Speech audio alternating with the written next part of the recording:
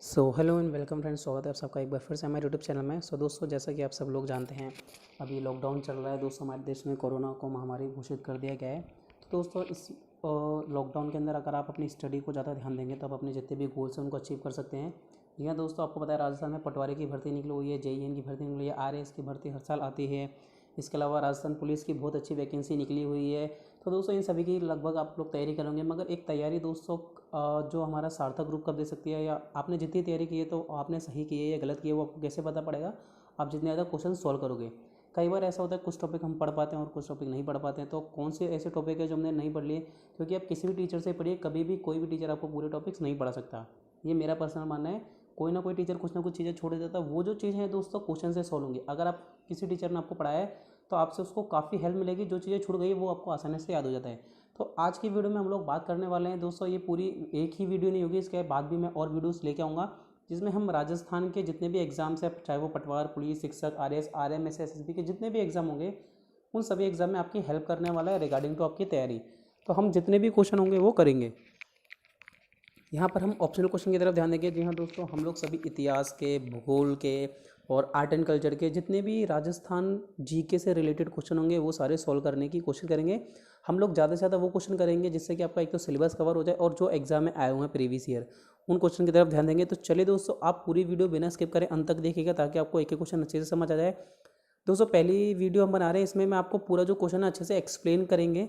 हर question को explain करेंगे। अगर आपको ये चीज़ अच्छी लग रही है कि मैं हर क्वेश्चन को एक्सप्लेन कर रहा हूँ तो आप कमेंट में बता दीजिए। और अगर आपको अच्छा नहीं लगता है कि हम लोग सिर्फ क्वेश्चन पढ़ें, उसका आंसर दें और थोड़ा बहुत छोटा मोटा एक्सप्लेनेशन दें, तो आप हमें वो कमेंट में बता देगा। उस हिसाब से मैं अपनी नेक्स्ट वीडियो को अपलोड करूँगा। चलिए दोस्तों, तो फर्स्ट वीडियो तो मैंने कुछ आपके सामने थोड़े बहुत प्रश्न लेके आया हूँ दोस्तों, उनको हम कोशिश करेंगे जल्दी से जल्दी सोल्व कर सकें। तो चलिए दोस्तों, पूरी वीडियो को बिना स्किप करे देखेंगे। और दोस्तों, जो भी दोस्त हमारे चैनल पे नए हैं या चैनल पे पहली बार विजिट करें तो चाहूँगा चैनल को सब्सक्राइब जरूर करें। और वीडियो अगर पसंद आए तो दोस्तों अपने अभी सभी फ्रेंड के साथ शेयर करें और वीडियो को लाइक करना ना भूलें। आइए दोस्तों, वीडियो स्टार्ट करते हैं और देख लेते हैं हमारा पहला प्रश्न क्या है। और दोस्तों, इसके साथ आपको अगर सक्सेस पानी है तो मैं आपको बता दूं, सक्सेस का एक ही मूल मंत्र है कि आपको ज़्यादा से ज़्यादा मेहनत करनी पड़ेगी। ठीक है। और सक्सेस कैसे मिलेगी? हमें अपने फेलियर जितने भी हो, आपको अपने फेलियर से घबराना नहीं है। अगर आप कंटिन्यू मेरी वीडियो देखेंगे तो दोस्तों जाहिर सी बात है, आपको मैं अश्योरिटी देता हूँ कि आप जितने भी राजस्थान जीके के रिलेटेड क्वेश्चन है वो सभी सॉल्व कर पाएंगे। चलिए दोस्तों, सबसे पहला क्वेश्चन है दोस्तों जो मैं आपको दिखाना चाहता हूँ। भारतीय लोक कला यानी कि फोक आर्ट्स मंडल उदयपुर संग्रहालय का निर्माण 1952 में किसके द्वारा किया गया था? तो दोस्तों देखिए, देवीलाल सांबर नाम दे रखा है, कोमल कोठारी, सुबोध कुमार गुप्ता और संजय कुमार गुप्ता, इन चारों का नाम दे रखा है आपके सामने। मैं आपको बताना चाहता हूँ, भारतीय लोक कला मंडल उदयपुर संग्रहालय का निर्माण 1952 में किया गया था। और ये किसके द्वारा किया गया था दोस्तों? देवीलाल सांबर के द्वारा किया गया था ये। इसके अलावा दोस्तों अगर आप देखें यहाँ पर, यह बाल कठपुतली समारोह का आयोजन किया जाता है। यहाँ लोग धर्मी कलाओं का एक प्रसिद्ध केंद्र भी प्रारंभ किया गया है। यहाँ शिल्प हार का निर्माण भी किया जाता है। तो आप देख सकते हैं दोस्तों, मेरे जो प्रश्न रहने वाले हैं आप देखिए, सारे प्रश्नों का एक्सप्लेनेशन भी रहेगा। जितने ज़्यादा प्रश्न होंगे मैं जितने ज़्यादा प्रश्नों का एक्सप्लेनेशन हो सकेगा मैं देने की कोशिश करूँगा। अगर आपको ये एक्सप्लेनेशन अच्छी लगती है तो कमेंट करके बताएं, अन्यथा हम लोग सिंपली क्वेश्चन करेंगे। नेक्स्ट क्वेश्चन है, किस शोध संस्थान की स्थापना 1964 में रामनवमी के दिन? सुबोध कुमार। तो 1964 में रामनवमी के दिन किस शोध संस्थान की स्थापना हुई, ये आपको बताना है।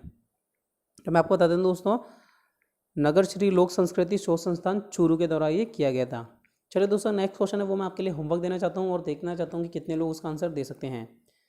किस संस्थान द्वारा इंस्ट्रूमेंट बनाने का प्रशिक्षण दिया जाता है? Rashtriya Lalit Kala Akademi, Rajasthan school of art and craft Jaipur, पश्चिमी क्षेत्र सांस्कृतिक केंद्र जयपुर या फिर राजस्थान संगीत संस्थान जयपुर। इन चारों में से इसका क्या आंसर होगा ये आपको बताना है कमेंट करके। चलिए, नेक्स्ट क्वेश्चन है हमारा, मुणहोत नैन्सी दोस्तों बहुत प्रसिद्ध कवि, आप सभी लोग इसके बारे में जानते होंगे, जो कि जसवंत सिंह के समय थे। मुणहोत नैन्सी को राजपुताने का अबुल फजल किस प्रसिद्ध लेखक ने उपनाम दिया? राजपुताने का अबुल फजल, इसे ये नाम किसने दिया दोस्तों? दयाल दास ने, मुंशी देवी प्रसाद ने, अबुल फजल ने या डॉक्टर दशरथ शर्मा ने? तो मैं आपको बताना चाहता हूँ, ये जो नाम है इनको मुंशी देवी प्रसाद द्वारा दिया गया था। अब हमें अबू फजल बताते हैं। जो इनका जन्म 18 फरवरी 1848 को जयपुर में हुआ था। मुंशी देवी प्रसाद ने ही मुणहोत नैन्सी को राजपुताने का अबुल फजल कहा। तो ये मुणहोत नैन्सी का जन्म कब होता है? 18 फरवरी 1848 को, और इन्होंने राजपुताने का अबुल फजल कहा क्योंकि मुणहोत नैन्सी ने कई लोगों को अलग अलग या कई चीज़ों को अलग अलग संज्ञा दी थी, और अबुल फजल भी यही करता था, अलग अलग चीज़ों को अलग अलग चीज़ों की संज्ञा देता था। सो इन्होंने बीकानेर के शासक राय सिंह को राजपुताने का कर्ण की। मुंशी देवी प्रसाद थे, उन्होंने राजपुताने का कर्ण की संज्ञा किसे दी थी? बीकानेर के राय सिंह को। तो ये बात भी आपको विशेष ध्यान रखनी, और इनकी जो मृत्यु 1923 ईस्वी में हो गई थी। चलिए, किस लेखक का जन्म, पांचवा प्रश्न है, किस लेखक का जन्म आगरा में हुआ था तथा इनके पिता का संबंध नागौर के किस जिले से है? तो वो कौन सा लेखक है, हम यहाँ राजा के बारे में नहीं पूछ रहे, लेखक के बारे में पूछ रहे हैं कि वो कौन सा लेखक था जिनका जन्म आगरा में हुआ और इनके पिता नागौर से संबंधित थे। बिहारी, शारंगधर, अबुल फजल, श्यामल दास। तो आपको बताना है इनमें से कौन था। चलिए दोस्तों, अबुल फजल का जन्म आपको पता है, आंसर मैं बता देता हूँ। अबुल फजल, हमने इससे पहले पढ़ा था कि अबुल फजल, राजस्थान का अबुल फजल किसी संज्ञा दी गई, तो वो मोहम्मद नैन्सी को दी गई थी। और मोहम्मद नैन्सी को ये संज्ञा किसने दी थी? ये संज्ञा दी थी मुंशी देवी प्रसाद ने। अब जो अबुल फजल का जन्म कहाँ होता है? अबुल फजल का जन्म आगरा में होता है, लेकिन इनके पिता शेख मुबारक मूल रूप से नागौर के निवासी थे, ये आपको ध्यान रखना है। चलिए, किस साहित्यकार द्वारा शार्दुल राजस्थानी रिसर्च इंस्टीट्यूट की स्थापना की गई? तो आपको बताना है किस संस्था साहित्यकार द्वारा ये स्थापना की गई है, जैसे कि आपको यहाँ पे लिखा हुआ है, तो मैं आपको आंसर बता देता हूँ। डॉक्टर दशरथ शर्मा द्वारा की गई। इनका जन्म 1909 में चूरू में हुआ था। दशरथ शर्मा दोस्तों बहुत ही प्रसिद्ध आपके जो हैं यहाँ के व्यक्ति हैं राजस्थान के इतिहास के, आप इनके बारे में आगे बहुत सारी चीज़ें पढ़ेंगे, और अगर आप इतिहास ऑलरेडी पढ़ रहे हैं तो आप इनके बारे में काफ़ी कुछ जानते ही होंगे। इन्होंने 1945 में शार्दुल राजस्थानी रिसर्च इंस्टीट्यूट की स्थापना बीकानेर में की गई थी। इनके प्रमुख ग्रंथों में Rajasthan through the ages, early Chauhan dynasty, सम्राट पृथ्वीराज चौहान तृतीय व उनका युग, ये सब लिखी गई है। किसके द्वारा दोस्तों? डॉक्टर दशरथ शर्मा के द्वारा, ध्यान रखना आपको। चलिए, हिंदी में पहली बार भारतीय प्राचीन लिपि शास्त्र लेखन कर अपना नाम गिनीज वर्ल्ड रिकॉर्ड में दर्ज कराने वाले सूर्यमल मिश्रण, केसरी सिंह बारट, मोहन नैन्सी या पंडित गौरी शंकर हिरानंद ओझा? आप जानते हैं सूर्यमल मिश्रण एक कवि थे। केसरी सिंह बारट ने स्वतंत्रता आंदोलन में और राजस्थान के इतिहास में बहुत अहम भूमिका निभाई। मोहन नैन्सी भी कवि थे। बट जो लिपि होती है दोस्तों, इसे जो लिपि के बारे में पढ़ते हैं, ये जो नाम करा था अपना पंडित गौरीशंकर हीरानंद ओझा, इन्हें कहा जाता है, इन्होंने जो सिक्कों के द्वारा जो दोस्तों होता है पूरा भारत का इतिहास लिखने वाले पंडित गौरीशंकर हीराचंद ओझा हैं। ठीक है, आप इनके बारे में पढ़ सकते हैं। चलिए, राजस्थान में बौद्ध संस्कृति के प्रमाण कहाँ से मिलते हैं, यानी कि अवशेष कहाँ से मिलते हैं? तो दोस्तों आपने राजस्थान की अलग अलग शाखाएं पढ़ी होगी, ठीक है, कि राजस्थान में कहाँ से कौन सा संस्कृति के अवशेष मिले। तो इसी संस्कृति में आपको मैं बता देना चाहता हूँ कि आपकी कौन सी संस्कृति थी जिसमें आपके बौद्ध संस्कृति के अवशेष मिले। दोस्तों है बैराट सभ्यता। ठीक है, बैराट सभ्यता से आपको बौद्ध संस्कृति के अवशेष मिले थे। चलिए, नेक्स्ट है, महाभारत काल में कौन सा राज्य राजनीतिक गतिविधियों का एक महत्वपूर्ण केंद्र रहा? तो दोस्तों महाभारत काल में जो हमारा था, ऑप्शन आपको दे देता हूँ, जांगल देश, मेड़पाद, हाड़ौती, मत्स्य देश। कौन सा वो देश था या कौन सा महाभारत काल में राजनीतिक गतिविधियों में सबसे महत्वपूर्ण केंद्र रहा था? आंसर होगा दोस्तों आपका मत्स्य देश। क्यों? अलवर, करौली, जयपुर तथा भरतपुर का कुछ भाग मत्स्य देश का हिस्सा था। हम लोग बात कर रहे हैं राजस्थान की, तो हमारे आंसर उसी में से होंगे। तो मत्स्य देश जो है दोस्तों राजस्थान के अंदर आता है। इसकी राजधानी विराटनगर यानी बैराट थी। महाभारत काल में यह राजनीतिक गतिविधियों का एक महत्वपूर्ण केंद्र था। अब दोस्तों सबसे इंपॉर्टेंट क्वेश्चन आता है कि हिंदुस्तान का निर्णायक युद्ध कौन सा था? ये काफ़ी बार किताबों में आ चुका है, काफ़ी सारे एग्जाम में आ चुका है। तराइन का प्रथम युद्ध, तराइन का द्वितीय युद्ध, समुएलगिरी का युद्ध या तुमुल का युद्ध, ये आपको आंसर देना है। चलिए, मैं आपको बता देता हूँ दोस्तों, नयन चंद्र सूरी जो है उन्होंने किताब लिखी मंजरी नाटक के अनुसार दल पोंगल विश्व विजेता नामक उपाधि कन्नौज नरेश जयचंद गढ़वाल की है। तराइन के द्वितीय युद्ध का वास्तविक नाम नारायण युद्ध है, क्योंकि तराइन युद्ध के पश्चात हिंदुस्तान में सर्वप्रथम 1206 ईस्वी में तुर्कों ने कुतुबुद्दीन ऐबक के नेतृत्व में अजमेर व दिल्ली में चौहान सत्ता का अंत करके प्रथम मुस्लिम साम्राज्य की स्थापना की थी। सो क्या है, आप दोबारा देखिए कि तराइन युद्ध के पश्चात ही हिंदुस्तान में सर्वप्रथम 1206 ईस्वी में तुर्की लोग थे, तुर्कों ने कुतुबुद्दीन ऐबक के नेतृत्व में अजमेर व दिल्ली में चौहान सत्ता का अंत करके प्रथम मुस्लिम साम्राज्य की स्थापना दिल्ली में की थी। दिल्ली को प्रथम राजधानी बताने वाला था वो कुतुबुद्दीन ऐबक था। अब दोस्तों आप इसका आंसर समझ गए। तराइन का द्वितीय युद्ध तो मैं जानना चाहूँगा आप लोगों को अगर कमेंट करके बताए कि तराइन का द्वितीय युद्ध कब हुआ था। दोस्तों तराइन का प्रथम युद्ध हुआ था 1991 में और तराइन का द्वितीय युद्ध हुआ था दोस्तों 1992 ईस्वी में। और ये मोहम्मद गौरी और किसके बीच हुआ था? पृथ्वीराज चौहान जो कि अजमेर के शासक थे, पूरा नाम इनका पृथ्वीराज तृतीय है, इनके बीच में हुआ था। क्यों हुआ था दोस्तों? क्योंकि जो इनके ससुर जी थे जयचंद, उन्होंने मोहम्मद गौरी को बुला लिया था। और आपको बताना चाहूँगा मोहम्मद गौरी का संबंध आपका सीधे सीधे ख्वाजा मोइनुद्दीन चिश्ती से है, क्योंकि ख्वाजा मोइनुद्दीन चिश्ती ही जो मोहम्मद गौरी थे वो ही ख्वाजा मोइनुद्दीन चिश्ती को अपने साथ में भारत लेके आए थे और इन्होंने इसे हिंदू एक उपाधि दी थी। आपको बताना है वो कौन सी उपाधि है वो आपको कमेंट करके बताना है, उसके बाद मैं आपको बता दूंगा। मुझे पता है, मैं आपको कमेंट में ज़रूर आंसर दूंगा अगर आप बताएंगे तो। चलिए, अकबर जो है, अकबर ने राणा के लिए किस प्रथम, ये राणा और अकबर का जो होता है तो आपको सीधा सीधा पता है, महाराणा प्रताप जो मेवाड़ के थे उन्होंने मृत्यु तक अकबर की निंदा स्वीकार नहीं की थी दोस्तों। तो इन्हें बहुत ही लोकनायक के रूप में भी पूजा जाता है। वो कौन थे जो प्रथम दूत के रूप में महाराणा प्रताप के पास भेजे गए थे? राजा भारमल, जलाल खां, मानसिंह भगवान दास। मैं आपको बताना चाहूँगा दोस्तों, ये चारों ही लोग हैं। सबसे पहले तो आपके राणा के अकबर के पास भेजे गए, महाराणा प्रताप के पास अकबर के द्वारा भेजे गए थे, मगर प्रथम कौन भेजा गया था? तो वो थे जलाल खां। जलाल खां वो पहले व्यक्ति थे जिनको अकबर के पास, महाराणा प्रताप के पास भेजा गया था अकबर के दूत के रूप में, मगर उन्होंने किसी भी दूत की बात स्वीकार नहीं की। टोटल अगर बात करते हैं, क्वेश्चन ये भी आता है कि अकबर ने महाराणा प्रताप के पास टोटल कितने दूत भेजे, तो दोस्तों आंसर होगा इसका 4 दूत भेजे। 4000 वर्ष पुरानी सभ्यता के पुरातात्विक अवशेष उदयपुर के समीप किस गांव में पाए जाते हैं?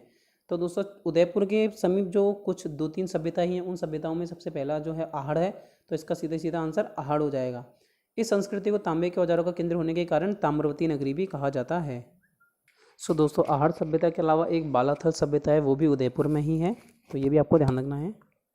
चलिए, मंसूर क्या है दोस्तों? तो मंसूर कपड़े का एक प्रकार है, जाति का एक प्रकार है, कर का एक पदार्थ है, या फिर आदेश का एक प्रकार है, ये आपको बताना है।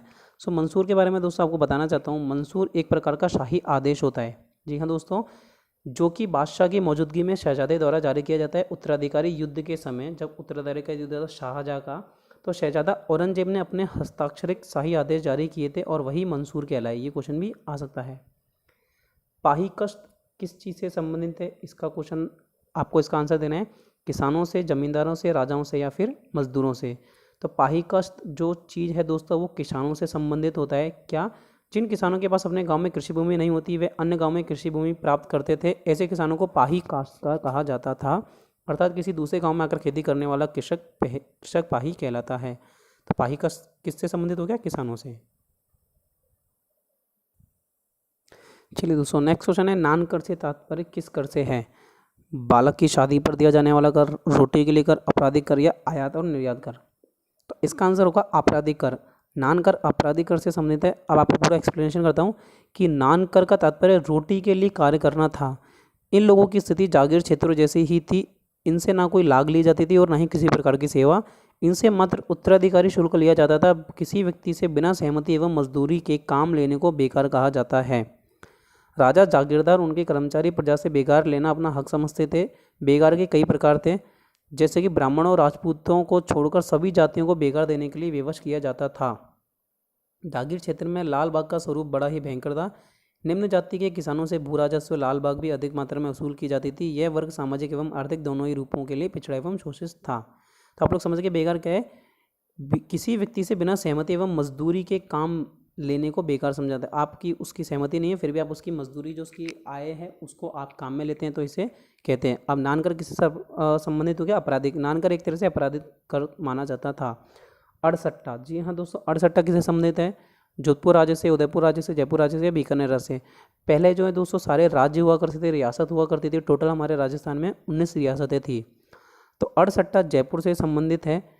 यह अड़सट्टा जयपुर राज्य का भूमि संबंधी रिकॉर्ड है, जो तोजी वर्गों के रूप में है, जिसमें जयपुर राज्य के परगनों में कितने मौजे थे, उनकी भूमि, पैदावार आदि का विवरण मिलता है। तो दोस्तों मौजे क्या होते हैं, ये आपके सामने अभी आगे कुछ ही देर में क्वेश्चन आ जाएगा कि मौजे क्या होते हैं, जब मैं आपको पूरा एक्सप्लेनेशन दे दूंगा इसकी।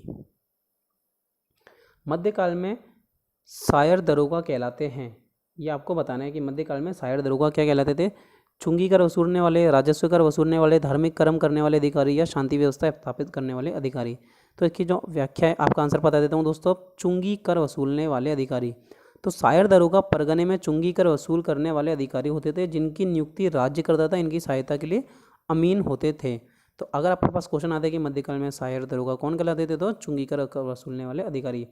मुश्तरका, अब दोस्तों आपके सामने मुश्तरका क्या है? आदिवासियों की प्रथा है, भूमि का प्रकार है, गायन शैली है, या फिर भोजन का एक भाग है। मुश्तरका दोस्तों मुख्यतः भूमि का एक प्रकार होता है। मारवाड़ राज्य में कुछ ऐसे गांव थे जिनकी आय जागीरदार और राज्य में बटी हुई थी। ऐसे भूमि को मुश्तरका कहा जाता था। मध्यकालीन राजस्व प्रशासन में लगी सभी प्रकार के लगानों से मुक्त भूमि क्या कहलाती थी? आंसर आपके सामने टेक ऑलरेडी परसातिया कहलाती थी। परसातिया सभी प्रकार के लगानों से मुक्त भूमि होती थी। यह भूमि दरबार या जागीरदार द्वारा राज्य सेवा करने वाले व्यक्तियों को उनकी राज्य सेवा के बदले प्रदान की जाती थी, लेकिन राज्य सेवा की समाप्ति पर इस भूमि को वापस ले लिया जाता था। यानी कहने का मतलब है, जो भी राज्य सरकार के लिए काम करते थे उन अधिकारियों को भूमि दी जाती थी जो कि सभी प्रकार के लगान या कर से मुक्त होती थी, और उस तरह की भूमि को प्रशातीय कहा जाता था। चलिए नेक्स्ट क्वेश्चन है, मध्यकाल में किस रियासत के प्रधानमंत्री को मुसाहिब कहा जाता था? जैसलमेर, बीकानेर, जयपुर या कोटा? तो इसका आंसर है जयपुर। मगर दोस्तों इस क्वेश्चन से आपको 4-5 अन्य क्वेश्चन भी सीखने को मिलेंगे। कोटा और बूंदी में जो आपका प्रधानमंत्री को दीवान कहा जाता था, मेवाड़, मारवाड़ और जैसलमेर में प्रधान और बीकानेर में मुख्तियार कहा जाता था। तो इधर से आपको 4-5 क्वेश्चन और समझ आ रहे हैं, तो वो चीज़ आप ध्यान रखिएगा। कौन सा कथन सही है? खालसा भूमि राजा के नियंत्रण में होती थी। जागीरी भूमि पर जागीरदार या ठिकानेदार का पैतृक नियंत्रण होता था। चरणौत भूमि पर राजा का नियंत्रण होता था, या इनाम भूमि लगान मुक्त होती थी? तो आपका आंसर क्या होगा दोस्तों? चरणौत भूमि पर राजा का नियंत्रण होता था। चरणौत भूमि, यहाँ हमने 4-5 भूमि के प्रकार पढ़ लिए होंगे, जैसा कि आपने पढ़ा होगा कि मुश्तरका क्या होता है। इसके बाद जो आपकी परसातिया भूमि है, मौजा, मंसूर, ये सारे कुछ चीज़ें हमने पढ़ी, वो आप ध्यान रखिएगा। चरणौत उस भूमि को कहते हैं जो गांव के पशुओं के लिए चारा उगाने के लिए छोड़ी जाती थी। ऐसी भूमि ग्राम पंचायत के नियंत्रण में होती थी, यानी कि गांव के सभी पशु सार्वजनिक रूप से इस भूमि पर पड़ जाते हैं। तो इस भूमि पर नियंत्रण किसका हो गया? राजा का नियंत्रण हो गया। मध्यकालीन प्रशासन में मौजे, तो दोस्तों मैंने आपको थोड़ी देर पहले कहा था मौजे, मैं आपको एक्सप्लेन करूँगा। मौजे से तात्पर्य आपका है दोस्तों गांव। मौजे से गांव होता है, यानी कि मध्यकालीन प्रशासन में गांव प्रशासनिक रूप से मौजे कहलाते थे। अब ये मौजे 2 प्रकार के होते थे, असली यानी कि पहले के, व दाखिली यानी कि नए बसे मौजे। गांव शासन की सबसे छोटी इकाई होती थी। गांव की स्थानीय व्यवस्था के लिए ग्राम पंचायत मोदी जी गांव का मुखिया तथा गांव के सयाने व्यक्ति रहते थे। ग्राम पंचायत तथा जाति पंचायतों के निर्णय राज्यों द्वारा माननीय होते थे। राजस्थान की एकमात्र रियासत जहाँ उत्तराधिकारी शुल्क नहीं था, यानी कि अपना कोई उत्तराधिकारी बनाते हैं तो उसका आपको शुल्क देना पड़ेगा, तो वो एक मात्र कौन सी रियासत थी जहाँ पर ये शुल्क नहीं देना पड़ता था? तो वो जो रियासत थी दोस्तों वो थी जैसलमेर। जैसलमेर एक ऐसी एकमात्र रियासत थी जहाँ उत्तराधिकारी शुल्क नहीं लिया जाता था। जोधपुर राज्य में यह शुल्क सर्वप्रथम मोटा राजा उदय सिंह ने लागू किया, जो कि पेशकशी कहलाती थी। दीपू और जयपुर राज्य द्वारा भी नजराना वसूल किया जाने लगा। तो ये माना जाएगा किसी भी अगर राजा के द्वारा वसूल किया जाता था। और जो एकमात्र राज्य था जहाँ पर उत्तराधिकारी शुल्क नहीं लिया जाता था वो था जैसलमेर। तो ये बहुत इंपॉर्टेंट क्वेश्चन हो जाता है कि उत्तराधिकारी जो आपका शुल्क है वो किस राज्य में नहीं लिया जाता था। जैसलमेर रियासत ऐसी थी जिसने उत्तराधिकारी शुल्क नहीं लिया। याददाश्त एक किस्म है कर की, भूमि की, फसल की, पट्टे की। तो याददाश्त तो एक तरह से पट्टे की किस्म है। किस राज्य में सामंतों की एक श्रेणी 12 कोटरी? तो अगर दोस्तों आपने आमेर का कछावा वंश पढ़ा हो तो वहाँ पे आपने जरूर पढ़ा होगा पृथ्वीराज कछावा के बारे में, और उन्होंने ही जयपुर में 12 कोटरी व्यवस्था प्रारंभ की। क्योंकि आपको पता हो पृथ्वीराज कछावा के दोस्तों 12 पुत्र थे। इन 12 पुत्रों को उन्होंने 12 अलग अलग राज्य बटे, तो इसे ही 12 कोटरी व्यवस्था कहते हैं। चलिए नेक्स्ट चीरा नाम है। तो चीरा क्या है दोस्तों? ये तहसील प्रशासन का नाम है। मध्यकालीन राजस्व प्रशासन व्यवस्था में तहसील प्रशासन को चीरा नाम से संबोधित किया जाता था। आई होप आप ये चीज़ समझ गए होंगे। चलिए नेक्स्ट क्वेश्चन है दोस्तों, भूमि बंदोबस्त की 7 प्रथा का संबंध निम्नलिखित में से किस राज्य से है? तो 7 प्रथा का संबंध मेवाड़ राज्य से है भूमि बंदोबस्त में। चलिए सामंत व्यवस्था मूलतः थी। सामंत व्यवस्था दोस्तों कई बार आपके सामने क्वेश्चन आया होगा कि सामंत व्यवस्था क्या है। वो ये अगर आप मारवाड़ के बारे में पढ़े तो मारवाड़ में आपने राव जो चूड़ा के बारे में पढ़ा हो, जिसको मल्लीनाथ जी ने गोद लिया था, तो वहाँ भी उन्होंने सामंत व्यवस्था की स्थापना की थी। मगर प्रशासनिक सैनिक व्यवस्था इसे कहते हैं, ठीक है, प्रशासनिक सैनिक व्यवस्था। चलिए इजारा जाना जाता है भूमि मूल्यांकन के लिए, राजस्व की ठेका प्रणाली के लिए, मुद्रा परिवर्तन के लिए, या स्वर्ण की खरीद के लिए। तो आपको बताना है कि इजारा किस चीज़ के लिए जाना जाता था। सो दोस्तों इजारा जो है राजस्व की ठेका प्रणाली के लिए जाना जाता है, ये चीज़ आप ध्यान रखेंगे। तो काफ़ी सारे हमने ज़मीन से रिलेटेड भी यहाँ पे काफ़ी सारी बात कर ली है। तो इजारा के बारे में आपको ध्यान रखना है, राजस्व की ठेका प्रणाली से जाना जाता है। इसकी PDF भी मैं आपको प्रोवाइड करवा दूंगा। चलिए नेक्स्ट दोस्तों, इस कुछ बेसिक, आज हमारी फर्स्ट क्लास है इसलिए दोस्तों मैंने कुछ बहुत ही बेसिक प्रश्न रखे हैं आपके सामने जो कि आपको आने चाहिए। अगर आपको नहीं आते हैं तो आप लोग अपना देख सकते हैं कि अपनी तैयारी किस लेवल की है। चलिए नेक्स्ट जो हमारा प्रश्न है कि सुखाड़िया सरकार में किस ऐतिहासिक पुरुष को 2 बार मंत्री बनाया गया? जो सुखाड़िया सरकार थी, जो उनके उस टाइम CM थे, तो किस पुरुष को 2 बार मंत्री बनाया गया? तो वो थे दोस्तों आपके भोगीलाल पांड्या। भोगीलाल पांड्या को 2 बार मंत्री बनाया गया। एक तो 25 मार्च 1948 में डूंगरपुर रियासत का पूर्व राजस्थान में विलय हुआ, तब इनको मंत्री बनाया गया। उसके बाद 1952 में प्रथम आम चुनाव में सागवाड़ा से विधायक चुने गए और तब इनको चिकित्सा एवं उद्योग मंत्री बनाया गया। 1975 में इन्हें भारत सरकार द्वारा पद्म विभूषण से भी सम्मानित किया जा चुका है। सेकंड क्वेश्चन, राजस्थान में किस ऐतिहासिक पुरुष को जीताभा, तो किस पुरुष को जीताभा के नाम से जानते हैं दोस्तों? जीतमल पुरोहित जी को जीताभा के नाम से जानते हैं। ये चीज़ आपको ध्यान रखनी है।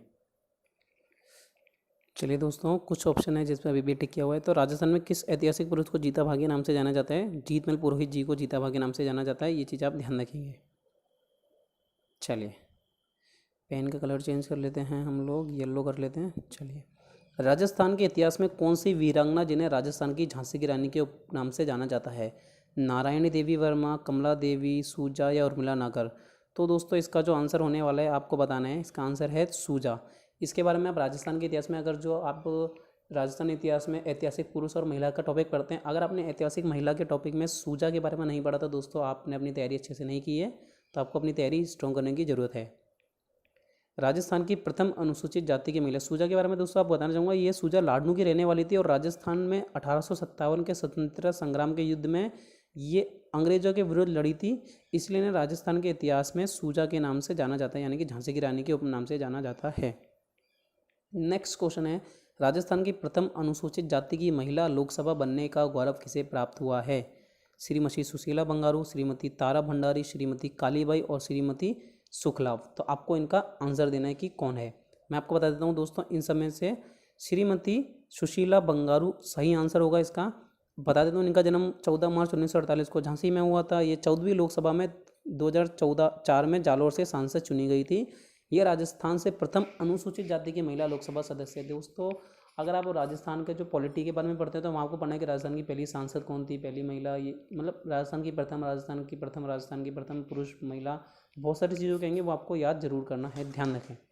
चलिए, किस आयोग के अनुसार राज्य के पुनर्गठन को आधार भाषा के बजाय प्रशासनिक सुविधा को माना गया था? जो राज्य का पुनर्गठन किया गया था उसका आधार भाषा के बजाय प्रशासनिक सुविधा को माना गया। तो ये किस आयोग के द्वारा था? सत्यनारायण राव समिति, एस के धर आयोग समिति, जेपीवी समिति या राज्य पुनर्गठन आयोग समिति? तो इसका आंसर होगा दोस्तों एस के धर आयोग समिति की रिपोर्ट में राज्य के पुनर्गठन को आधार भाषा के बजाय प्रशासनिक सुविधा को इसका आधार माना गया। अगला क्वेश्चन है, खड़ंगी क्या है? एक प्रकार का हथियार है, प्रथा है, कर है या युद्ध का तरीका है? तो आपको जैसा आंसर दिख रहा है कि खड़ंगी एक प्रकार का कर होता है जो कि मराठों के द्वारा बूंदी रियासत से 80,000 प्रति वर्ष वसूला जाता था। तो आप देख सकते हैं दोस्तों मराठों के द्वारा कितना कर वसूला जाता था। चलिए, किस कर को रक्षात्मक कर भी कहा जाता था? ये क्वेश्चन काफ़ी बार आ चुका है दोस्तों। अभियाना, अखराई, हिंद भराई या रुखलाई बाच? तो रुखलाई बाच इसका सही आंसर होगा। ये बीकानेर रियासत में ठाकुरों एवं राठौड़ों की लूट से देश को बचाने हेतु कर वसूला जाता था। तो जो बीकानेर रियासत में ठाकुर और राठौड़ लूट लेते थे उससे देश को बचाने के लिए ये कर वसूला जाता था और इस कर को इसलिए रक्षात्मक कर भी कहते थे। किस संधि को आश्रित पार्थक्य की नीति भी कहते हैं? दोस्तों ये क्वेश्चन आगे बहुत बार आपका रिपीट होने वाला है, तो इस क्वेश्चन को तो मैं कहूँगा बहुत ही इंपॉर्टेंट क्वेश्चन है, इसको जरूर पढ़ लें। चलिए, सहायक संधि को, सहयोग संधि को, राज्य विलय नीति को या उपरोक्त में से कोई नहीं? तो आश्रित नीति एक तरह से क्या थी ये आपको बताना है। तो दोस्तों ये एक प्रकार की सहयोग संधि थी। अब क्या है ये आप पढ़ लीजिए। सहयोग संधि को आश्रित पार्थक्य की नीति भी कहते हैं, जिसको लॉर्ड हॉर्डिंग ने अपनाया था। इस संधि के तहत राजस्थान के लगभग सभी राज्यों ने अंग्रेज से ये संधि कर ली थी कि राजस्थान में अंग्रेजों ने सबसे पहले एक संधि 1817 में करौली से की थी। तो राजस्थान में सबसे पहले संधि पे किसने हस्ताक्षर किए, मतलब कि अंग्रेजों के साथ करौली ने की थी। राजस्थान में अंग्रेजों से ने सबसे पहले विस्तृत रूप से सहयोग संधि कोटा के महाराजा झालम सिंह से विस्तृत रूप से जो संधि की थी वो कोटा के झाला झालम सिंह से 26 दिसंबर को की थी और इन्होंने 1 नवंबर को संधि की थी इससे करौली के राजा से। चलिए, राजस्थान में अंग्रेजों ने सबसे पहले सहायक संधि किस रियासत से की थी? भरतपुर, अलवर, डूंगरपुर या धौलपुर? हम लोग बात कर रहे हैं सहायक संधि के बारे में दोस्तों, किसी अन्य संधि के बारे में बात नहीं करें, ठीक है। पिछली वाली जो थी आश्रित पार्थक्य की संधि थी जिसे सहयोग संधि कहते हैं। अब सबसे पहले सहायक संधि किस राज्य के साथ की थी अंग्रेजों ने, ये आपको आंसर देना है। तो ये आंसर होगा दोस्तों भरतपुर, ठीक है। यहाँ देखिए 1817 है आंसर, पिछले वाले में अगर आप कंफ्यूज होंगे 1817 में, मगर यहाँ पे जो इन्होंने संधि कर ली थी भरतपुर के साथ वो 1803 ईस्वी में महाराजा रणजीत सिंह से कर ली थी सर्वप्रथम, ठीक है। चलिए, 1807 में गिंगोली के युद्ध में जयपुर के जगत सिंह का साथ पिंडारी वंश के किस शासक ने दिया था? तो बताना चाहूँगा दोस्तों, जगत सिंह जो थे इन्होंने अपने भाई ईश्वरी सिंह के खिलाफ जो बगावत एक तरह से कहते हैं वो कर दी थी। इसके बाद इन्होंने मराठाओं का साथ दे दिया था और मराठाओं ने इनका साथ दिया। तो मराठाओं में किस वंश, पिंडारी वंश के शासक ने इनका साथ दिया, ये प्रश्न आपसे पूछा गया है। हाफिज साजद अली खां, इब्राहिम अली खां, अमीर खां पिंडारी या नवाब वजीर मोहम्मद? तो इसका सीधा आंसर होता है दोस्तों अमीर खां पिंडारी ने गिंगोली के युद्ध में जयपुर के जगत सिंह का साथ दिया, लेकिन कुछ रुपए देकर बाद में जोधपुर की तरफ हो गया। अंग्रेजों ने ही अमीर खां पिंडारी को टोंक में छबड़ा देकर टोंक का नवाब बनाया था। पिंडारी मराठाओं के लुटेरे सैनिक थे। तो पिंडारी दोस्तों एक तरह से मराठाओं के जो सैनिक होते थे वो पिंडारी कहलाते थे। कंपनी सरकार को ऋण नहीं चुकाने के कारण किस रियासत के प्रबंधन हेतु मैकिन्सन को करौली का पॉलिटिकल एजेंट? तो दोस्तों कई अभी हम आगे पढ़ेंगे। 1857 की क्रांति में पॉलिटिकल एजेंट किस किस 6-7 रियासतें थी जिनके पॉलिटिकल एजेंट बनाए गए थे। अभी पूछ रहे हैं कि किस रियासत ने जो कंपनी का ऋण नहीं चुकाया था उस वजह से उनको वहाँ का पॉलिटिकल एजेंट बनाया गया था। इसका आपको आंसर देना है। चलिए, तो जो मंगलपाल सिंह थे जिन्होंने अंग्रेजों द्वारा करौली का शासक बनाया गया था, लेकिन उनके द्वारा कंपनी को ऋण नहीं चुकाया गया था। अब करौली को ऋण नहीं चुकाया, इस वजह से मैकमिसन को करौली का पॉलिटिकल एजेंट बनाया गया। तो इसका आंसर क्या हो जाता है? करौली। किस यादव वंश के शासक द्वारा करौली रियासत को अपनी पहली राजधानी बनाया? तो किसने रियासत को अब दोस्तों कई लोग जो है इसका आंसर अर्जुन पाल देते हैं, जो कि बिल्कुल गलत है, क्योंकि अर्जुन पाल ने करौली की स्थापना की थी। कल्याणपुर नगर बसाया, बाद में इसे करौली के नाम से जानते हैं हम लोग। तो करौली को बसाया अर्जुन पाल ने था, मगर इसको स्थापना राजधानी के रूप में किसने की थी? धर्मपाल द्वितीय ने। तो बात करते हैं करौली की। कुल मिलाकर 3 राजधानियाँ थी दोस्तों। सबसे पहले जो करौली में जो स्थापना की थी विजयपाल जी ने की थी। सबसे पहले उन्होंने अपनी जो राजधानी बनाया था वो बयानों को बनाया था। बयाने के बाद तिमनपाल जी ने तिमनगढ़ को अपनी दूसरी राजधानी बनाया।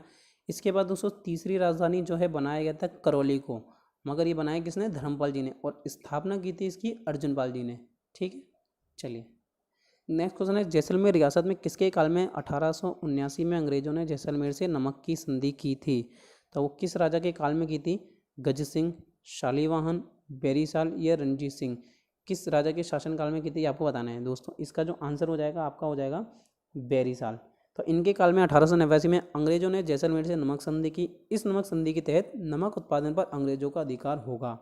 इसीलिए दोस्तों आपको पता है गांधी जी ने भी नमक के लिए अभियान चलाया था।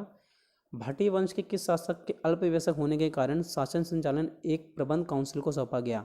तो वो कौन सा शासक था? गिरधारी सिंह, श्याम सिंह, जवाहर सिंह या फिर विजयराज सिंह? ये आपको बताना है। तो इसका आंसर हो जाता है दोस्तों श्याम सिंह जो था नाबालिग पुत्र थे ठाकुर खुशहाल सिंह के, उनका नाम ही शालीवाहन रखा गया था। शालीवाहन के ही अल्पवयस्क होने के कारण संचालन एवं प्रबंधन काउंसिल को सौंपा गया था। तो आपको ध्यान रखना है ये जो पूरा शालीवाहन थे ये कम उम्र के थे, इसी वजह से इनको सौंपा गया। शालीवाहन का दोस्तों आपको इसके बारे में और ध्यान रखना है कि जो जैसलमेर में आपका सोनार दुर्ग है उसका निर्माण किसने कराया था? जैसलमेर में, जी हाँ दोस्तों, जैसलमेर में जो सोनारगढ़ दुर्ग है चिड़िया टूक की पहाड़ी पर, उसका निर्माण किसने कराया था? तो उसका निर्माण करवाया था राव जैसल ने। अब राव जैसल दोस्तों किसके पुत्र थे? राव जैसल के पुत्र का नाम भी दोस्तों शालीवाहन था। आपको ध्यान रखना है। किस भाटी शासक ने आंग्ल अफगान युद्ध में अंग्रेजों का साथ दिया? मंगलराव भाटी, देवराज भाटी, गजसिंह या भोजदेव? तो आंग्ल अफगान युद्ध में अंग्रेजों का साथ देने वाला कौन सा राजा था? मंगलराव भाटी आपको बताना है, देवराज भाटी, गजसिंह या भोजदेव? तो आपको आंसर इसमें गैस करना होता है दोस्तों देवराज भाटी। तो बहुत समय पहले का आप अगर देखें तो 1100 करीबन ईस्वी में देवराज सिंह जी थे। तो ये आंसर बिल्कुल गलत हो जाता है। मंगलराव भाटी ने तो दोस्तों इन्होंने जो बहुत ही स्टार्टिंग में तनोट को जो भाटियों की दूसरी राजधानी बनाया था, तो ये ऑप्शन भी आपका रॉन्ग हो जाता है। अब आपके बचा गज सिंह और देवराज भोजदेव दोस्तों यहाँ जैसलमेर के इतिहास में आप पढ़ेंगे तो इसका आंसर गज सिंह है। वैसे मैं आपको बता देता हूँ गज सिंह महाराज मूलराज का पुत्र था। अभी मूलराज कौन से थे दोस्तों? मूलराज द्वितीय, एक मूलराज प्रथम थे जिनके समय जैसलमेर का प्रथम शाखा हुआ, तो मूलराज द्वितीय के पुत्र था, उनका नाम था गज सिंह। ये आपको ध्यान रखना है। तो आई होप दोस्तों आज की वीडियो जो है इतने ही प्रश्नों के साथ मैं ख़त्म करता हूँ। दोस्तों अगर आपको वीडियो अच्छी लगी तो वीडियो को ज़्यादा से ज़्यादा शेयर करें और वीडियो को लाइक करना। दोस्तों अब नेक्स्ट वीडियो में मैं 1857 की क्रांति से संबंधित सभी प्रश्न, लगभग 100 के आसपास आपके प्रश्न होंगे, और उन प्रश्नों को अगर आपने कर लिया तो 1857 की क्रांति में जो भी राजस्थान का योगदान था, राजस्थान से 1857 की क्रांति कहाँ कहाँ हुई, कैसे हुई, कौन क्या था, वो सारी बातें करेंगे। अगर आपको वीडियो अच्छी लगे तो दोस्तों नेक्स्ट वीडियो के लिए आप अपना अगर आपका अपडेट चाहते हैं तो आप चैनल को सब्सक्राइब करके बेल आइकन पर क्लिक कर दें, ताकि जैसे ही मैं अगली वीडियो डालूँ आप लोगों को मिल जाए। थैंक यू दोस्तों, हम मिलते हैं अपनी नेक्स्ट वीडियो में। तब तक के लिए आप लोग अपनी पढ़ाई करते रहिए।